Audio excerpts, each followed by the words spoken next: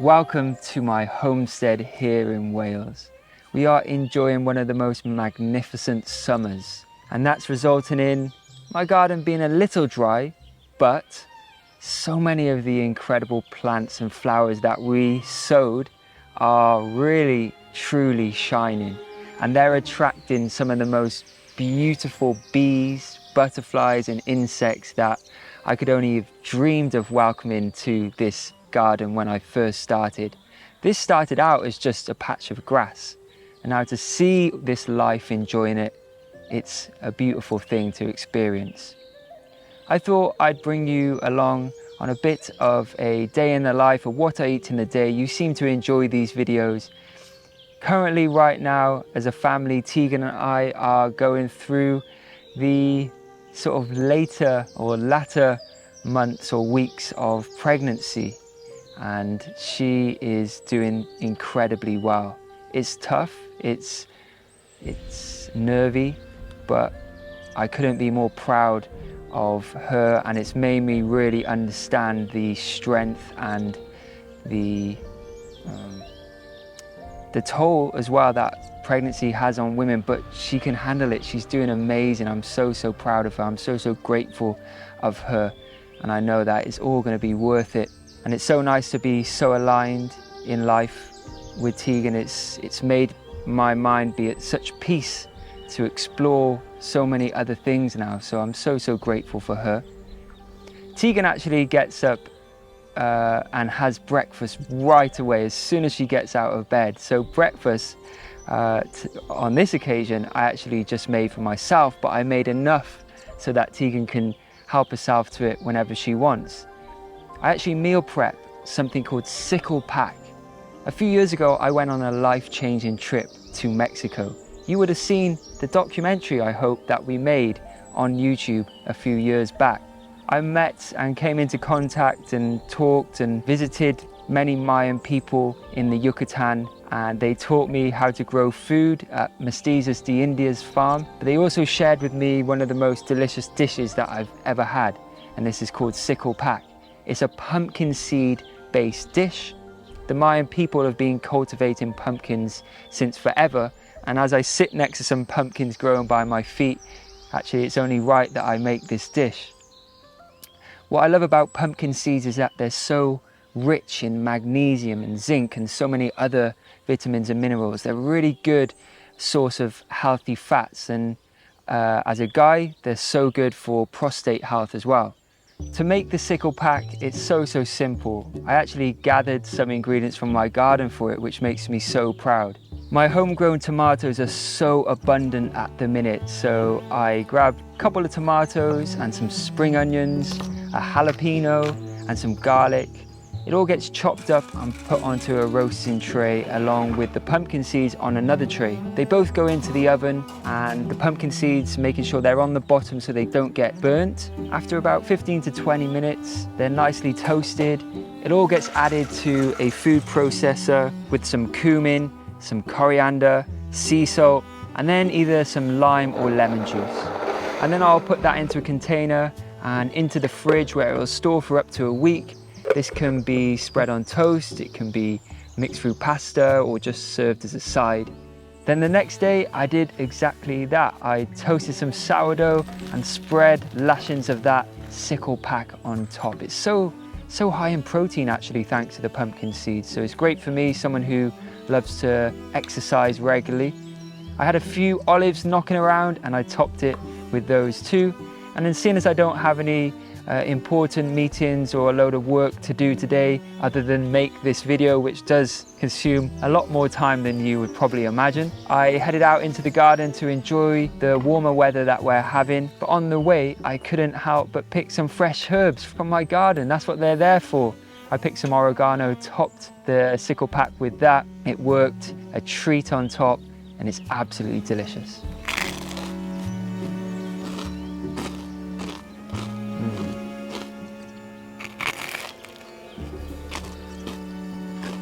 It's really great to have herbs and extra bits and bobs that I can pick to just garnish my food as I wander outside to eat it. This is really good. That extra hit of oregano at the end, delicious. So that was a delicious breakfast. Right now, the fruits of my labour, or our labour I should reiterate, because it's not just me, it's Tegan as well, has been so vital, helping me in the garden, sowing seeds. This is the first year where I've had additional help and I'm loving it. We both love it, we love gardening together. But being able to walk into the greenhouse right now and see those fruits of the labour, the hard work, sowing seeds in the depths of winter, and now seeing everything there waiting to be harvested, feels like pure richness. There's cucumbers just everywhere. Even things like bottle gourds, which I will make into my daughter's toy. I'm going to turn it into a little shaker. You basically dry them out, wait for them to go hollow, and you can put some sand in there, a little cork, paint it, and it's a little shaker, a little instrument. I'll be doing that in the future. But there's also melons and chilies and tomatoes, of course, everywhere. But I decided to make Tegan and I a delicious juice. I used to juice quite a lot, but nowadays I prefer just to eat the veg or the fruit. I had to do a big harvest of those cucumbers, and then I picked some celery. My celery's a bit small this year, but I've noticed that when you're growing, you have to take the wins with the losses. Not everything's going to do well, but some things are going to do great, and it's important to focus on those positives rather than the negatives. I also got some beets and went inside and juiced everything with some apples as well. I tend not to add too much sweetness because there's a lot of sweetness in those beets, and that will last us for a few days. Very refreshing, very nourishing, and it was the perfect drink to go along with our next activity.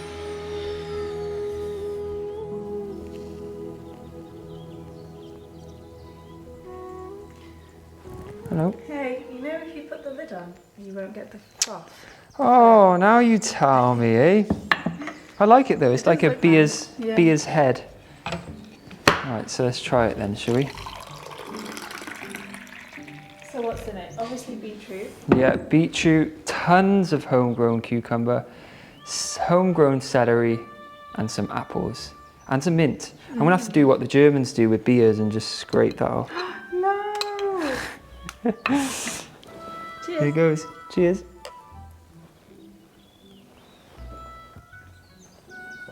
Can't get fresher than that. Hydrating as well. Really I think it's important, guys, if you're making juices, be sure not to add too many high sugar fruits or vegetables. This is going to last us a few days, but compared to the amount of cucumber and celery I only added a couple of beets and a couple of, or 2 or 3 apples, so it's not too sweet. These juices can be surprisingly sweet, especially when you take all that fibre away. Just be mindful of that. It's really good though, isn't it? Really good. I love the mint. Do you want to enjoy the rest in the garden whilst we braid our homegrown garlic? I'd love to. All right, let's go. We've grown, harvested, and now we're gonna braid this together. What a journey it's been. So, nearly 10 months ago, Tegan and I sowed our garlic into the bed where the corn is just over there, and we nurtured it, watched it grow. A few months back it was time to harvest. That was in around May, I think it was May time. We let it dry in these little crates on our doorstep, and now it's time for one of the most exciting parts, which is to braid up the garlic, where it will be able to hang in the house to last over a year. And we'll just grab a bulb as and when, and we'll actually plant this very garlic into the ground in this October for next year's garlic. Full circle moment. Full circle, and we'll never have to buy garlic again. I will say though, if we're sowing small cloves, we're likely to get small bulbs, so we need to preserve and keep the best, the biggest bulbs to replant. There we go. Look at that. Homegrown garlic. Wow. That is impressive. Spin it round. Oh, look at that braid. That's beautiful. Amazing. Well, you're definitely on hair duty when it comes to our baby girl. Thank you for your help, T. I actually need some of this garlic for our lunch, which is one of my favourite recipes from the book. What is it? Of course, it's a stew. Stew. I knew it. Tegan loves my stews. I cook them all the time. You're not sick of them yet, are you? No. This is my white bean and courgette or zucchini stew from my cookbook. It's absolutely delicious. I'll be needing some of this garlic. So before I do that though, I'm going to gift my beautiful worms the pulp from this lovely juice that I made, because they absolutely devour the stuff because it's already broken down and they can just munch on it. So I dropped out of school at age just 16 to become a chef. I had no plan B whatsoever, just this desire to work with food, work in the kitchens, because that's where I felt I belonged. And here I am years later, holding something that was just a thought that has become reality now. This is my new book, Plant to Plate. This book is a way of seeing food differently, a way of working with nature and not against it. Inside you'll learn not only how to cook, but my growing tips, fermentation, foraging, herbalism, preservations, stories from my homestead, and how to truly understand ingredients. So it will mean the absolute world to me if you can support me on this journey by ordering the book. Please grab a copy. Hopefully it will transform your cooking and your connection to food. Thank you. So I built my worm city. It's a worm farm, but I call it Worm City. In a previous video, you can see how to do it. It's very simple. Let's have a check on the worms. Wormies, are you there? Oh, there's a nice big cluster there. So they're fresh food, scraps from the kitchen or the garden, just get sprinkled on top. But they like this pulp, this stuff, because it's already broken down for them. Pure, just good food for them. So what these worms are going to do with this now is eat it, break it down, poop it out, and that turns into their worm castings, which is basically just worm poop. But those worm castings are super nutritious for the garden. So you can sow seeds into it, you can sprinkle it on top of your vegetable beds, or your flower beds, your garden beds, and it's just so good for the soil. They'll love that meal. There you go, worms. Leave you be now. About mid-morning, my favourite time of the day, especially when Tegan has made her amazing banana bread. She actually made this the day before, but it does last for 4 to 5 days. I talked about this in a previous video and you all asked me for the recipe. So you can find that now on my Instagram and TikTok accounts. I will put it on YouTube one day, but you can find it there for now, plus the recipe on my website. It's so delicious. It's gluten, refined sugar, egg, dairy free. I think it's even nut free. It's everything free. Anyone can eat it, it seems, but it still tastes good, which blows my mind that it has basically barely anything in it and it still tastes good. And she utilizes the older bananas that you can get from the supermarket when they're all brown. Often she'll pick those up to make it, save them going to waste. So this stew, as I said, is one of my favorite recipes from the book, although all the recipes in the book are like my recipe baby, so it's hard to choose one. They're all favorites, but I love the sort of indulgence of this stew. And you don't really think of indulgence when you think of stew, but it gets so creamy, and that's thanks to a little trick that I share in the recipe of how to make it really creamy. Now, with all good soups and stews, they need a good base.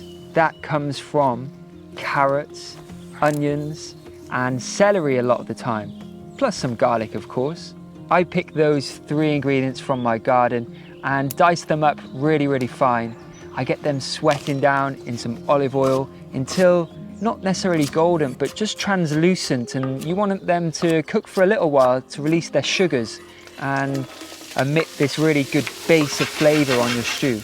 The garlic is then added, I like a healthy amount, 5 cloves. So if you're going on a date that same day or the day later, maybe if you think you've got garlic breath, then take a few mints with you, because you probably will have it after eating this and most of the recipes that I share, because I love my garlic. I also add some rosemary and some bay leaf. I love the smokiness of smoked paprika, so that goes in as well, and some sea salt and black pepper. Cook that for a little while. Just let it toast almost in the pan before deglazing with some white wine. Now all of the alcohol will be cooked off. You'll just be left with this sweet sort of vinegary note thanks to the white wine. Then in goes my beans. I think we should be eating more beans. I'm adding cannellini beans for this one, which I'm actually growing here in the garden this year.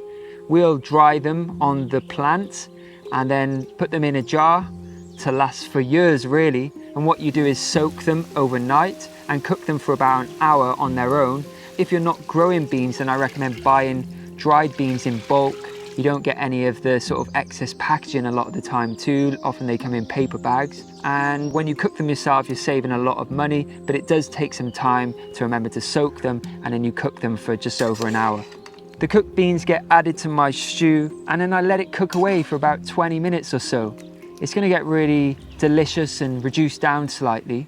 After it's cooked down, this is where I use that little secret hack. It's not that secret, it's done by people who love beans all around the world, but I actually ladle out half the mixture and blitz it like a puree almost. That gets added back to the stew, and then you've got this really creamy consistency. In a separate skillet, I slice up my beautiful Zephyr courgette. This is a new variety that I've just started growing. It's a two-tone coloured courgette. It's amazing to see actually.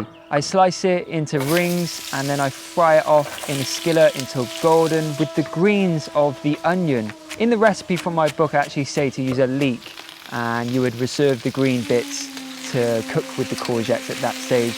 My leeks aren't ready, so I'm using an onion, but I think that's important to note about recipes. It's, you know, swapping things out for something that you may have or you may not like an ingredient. Switch something in that you do like. That's the beauty of cooking. It's got to be more freelance with it, but freestyle along the way. I'm always referring back to my book because although I wrote all these recipes, there's over 100 and I can't remember them all off the top of my head. Once those courgettes are cooked down and they're lovely and golden, they get added to the stew along with some homegrown kale and parsley. Mix it all up just for a few minutes. The heat of that stew will quickly cook that kale. You don't want it to overcook. And then I serve it up. I actually reserved a few golden pieces of courgettes to top the stew with, just for that extra little detail.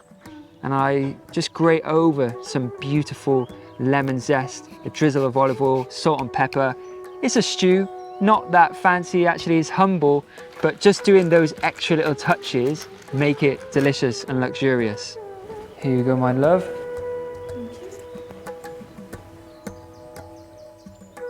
Enjoy.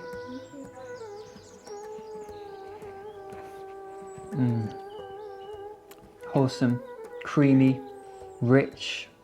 Oh, I love a stew. This makes me happy. In the winter time, in the cold, in the warmth. And they reflect the seasons too. So the freshest and the best courgettes are in this with kale, onions. Tastes delicious.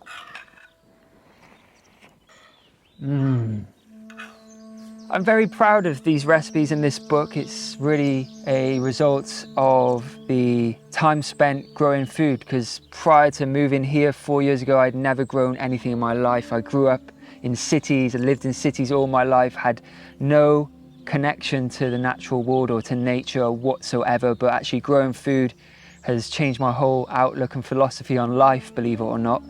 And actually I have so much more respect for food off the back of it. Even though I'd been cooking all my life as a professional chef, now I actually know and respect ingredients way more. So that results in delicious, more thoughtful recipes, and that's what you'll find in my book.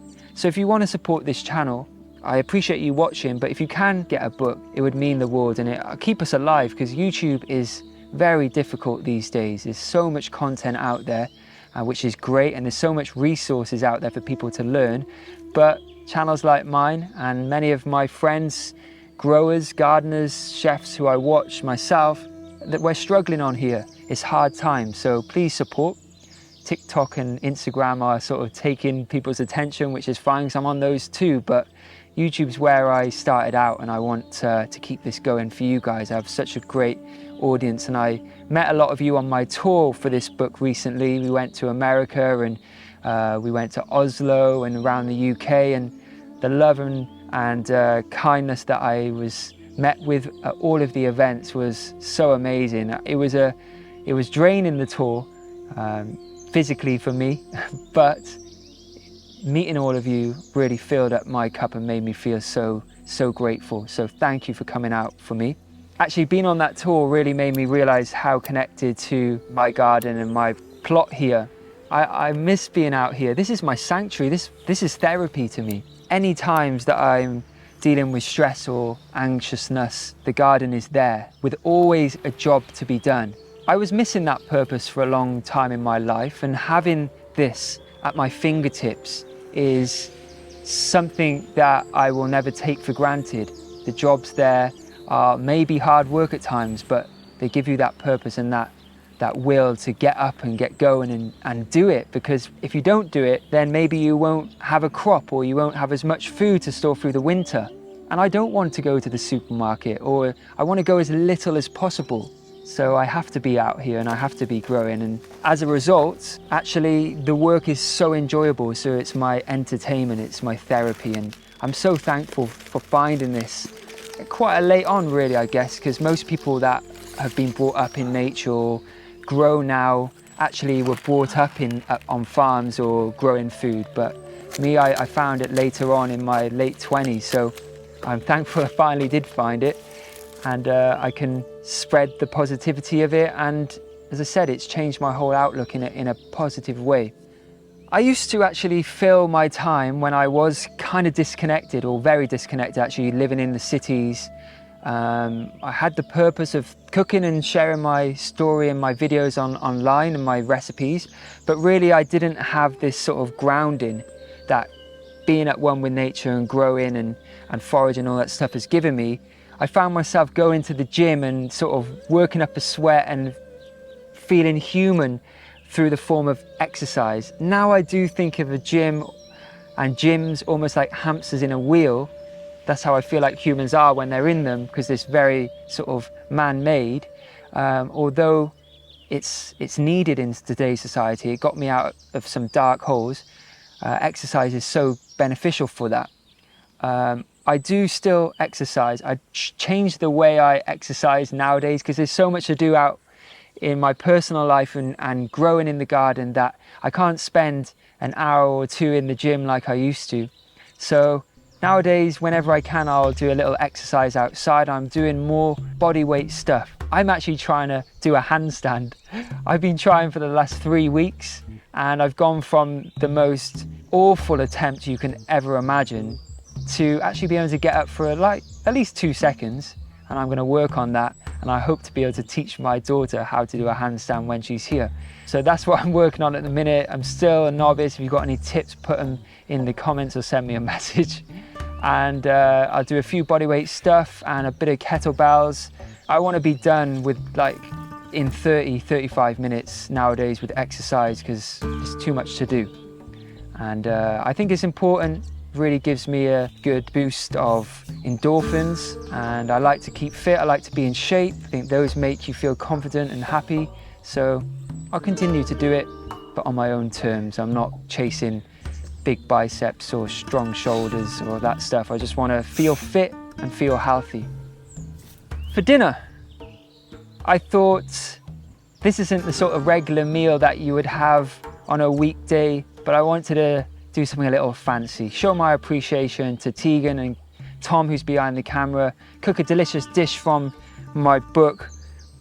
Another favorite, I spent quite a bit of time in New York over the years, and there's a restaurant there called Ivan Ramen, and he made this Coney Island style mapo tofu, and it was so delicious. It had such depth and umami that I wanted to create something similar with my homegrown onions, because I grow tons of onions. It's something that I use on a daily basis. This is one of the onion beds that I've got in the garden. I tried to plant over 300 onions this year. I worked out that I do have about 300 onions a year, probably more than that, because when you store onions correctly, they will last over a year. That's the good thing about onions. You just wait for the stems to dry out and you can braid them up just like we did with the garlic. I need 3 onions for this dish. Uses up quite a lot of onions, but this sauce will last over a week in the fridge. It's so indulgent, you can use it in so many ways, or you can put it in the freezer and then bring it out when you need it, add it to stir fries and all that stuff.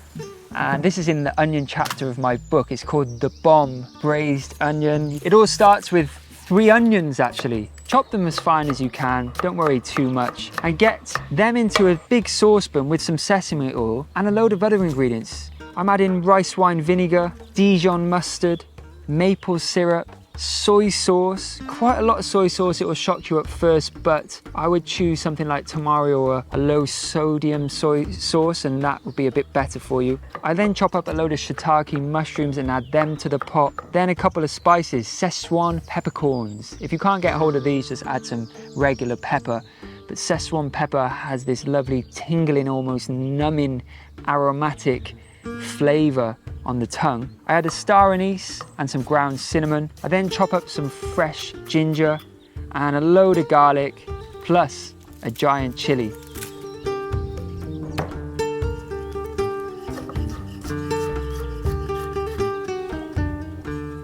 So my recipe calls for 2 red chilies, but look at the chilies that I grow. This is called a sweet spiral. It's not that hot, it's more like a pepper, like a capsicum, but it's very delicious. I'm just going to use 1 of these. And then finally to the pot, I add my first baby, or well, I mean my miso baby, because this took 9 months to make, and I will share the recipe online one day if you're interested. It's so delicious and it's so rich and so much better than shop bought stuff. But you find that when you make stuff yourself, you find that they always seem to taste better. I think it's cooking with love and the freshness too. And then it all goes on a really low heat. It has to be low because there's sugar in there. It's going to catch if you don't keep an eye and you don't put it on enough of a low heat. I actually cook this away for an hour, but you can almost forget about it and just stir it like every 10 minutes or so. During that time, everything caramelizes, sweats down, releases their flavors. It gets sticky almost and just absolutely mind-blowingly delicious and rich. This sauce is powerful.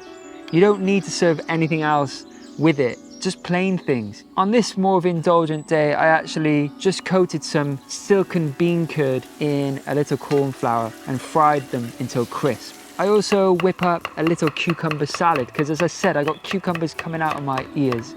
That was so simple too.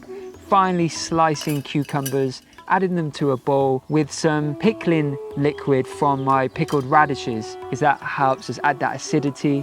Add a bit of salt and sesame seeds, plus some gochugaru, which is Korean chili flakes. It's a really fresh, vibrant little salad to cut through that depth and that umami, that richness of the sauce. When the tofu is crisp and golden, I just get it out of the oil, put it onto a piece of kitchen paper that will pull away any of the excess oil, and it won't be sort of fatty. It will be light and crisp. I then finally chop up some spring onions and add those through the sauce just to inject some freshness before topping that crispy bean curd with a load of that delicious sauce. It's almost sticky, it's not really saucy, but it's just got this sort of caramelizedness that it's hard to explain for me, really. I finish it off with some of the greens from the spring onion and some crispy garlic. Because this dish is so powerful, so umami, so rich, you don't have to serve it with anything extravagant necessarily. Just some steamed rice. On this occasion, I chose to use some black rice. It doesn't feel as indulgent as white rice, and actually it's got a lovely sort of nutty flavor. I want to get to a stage in life in the future when I have more of a garden to play with. What I mean by that is more land to grow so much food that I only have to rely on going out to buy things like grains, rice, and some sort of like luxury products like olive oil, pepper, spices and that and whatnot. I hope to get to that stage one day where I am growing 95% of my food and preserving it throughout the year. That's the dream. That's my vision for the future, and I I know one day I'll get there. I'm learning here on this plot, which is great. And that kind of space is where I'd love to welcome you guys down to come and learn and be part of a community, and we could cook for you there too. But anyway, right now, Tegan, myself and Tom sat down to enjoy this lovely dinner. Some rice for you, my love, my liege.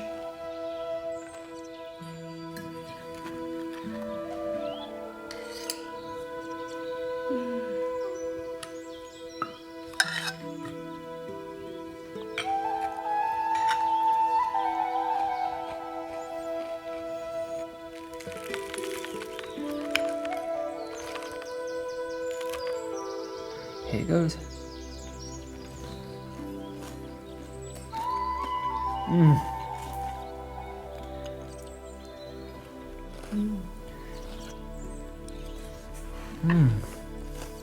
This dish is called the bomb for a reason in the book. It's powerful, isn't it? You got to try this one. It's not the most sort of convenient of meals to cook on an evening meal, but you can make this in advance and you won't be disappointed. Oh, gosh, what a treat. Come on, Tom. Enjoy. When I cook dishes like what I made for dinner, I remember the joy that cooking has always gave me. Before I had this garden, before I had the connection to nature, cooking was a valuable outlet for me. Even though working in professional kitchens did taint that a little bit because it's so tough, that environment, but cooking is therapeutic. It's so good, it's almost like a form of meditation. And if I can inspire anyone to do anything to be a little bit more self-sufficient, the first thing I would say would be to try and cook for yourself. When you cook for yourself, you take back control and power over the things that you're putting in your body. You can see every single ingredient that goes into your meals, and you will only respect the food and love it more, so it's going to be more healthy and nourish you better. Cooking is power, and I think we should be doing more of it, even though convenience is there nowadays and it's so easy to pick up the Uber Eats or the Deliveroos. It's so convenient, and it's almost like a trap because you end up spending so much money on these things. It means you have to work harder, which means you have less time. But cooking is the answer. And who knows, when you start cooking for yourself, you may start thinking about where your ingredients come from. You may start wanting to opt for organic, or you may start a little windowsill garden or balcony garden, or you may turn your lawn into a farm where you can grow food. It has the power to do that. So please cook for yourself. It's a great form of self-sufficiency, and the meditative practice that it offers, I'm sure will benefit you in such often seems like a chaotic world. So anyway, I hope you enjoyed today's video. Thank you so much for being here. Right now, when times are tough on this platform, I appreciate your support and you watching these videos more than ever. So thank you. If you can afford to get a copy of my book, the way you can really support is by buying it through my website. Although we can ship worldwide, shipping outside of the UK costs more. You will be getting a signed copy of the book, and my mum personally ships it, so you'll know you'll be getting it in the best eco-friendly packaging too. If you don't want to pay the extra shipping through my website, then you can get it from your local bookstore or Amazon too. Thank you so much again for being here. It's a very exciting time for my family and I. I'm so grateful for these times, and I hope this video has given you some peace, and I'll see you soon in the future. Goodbye. Oh.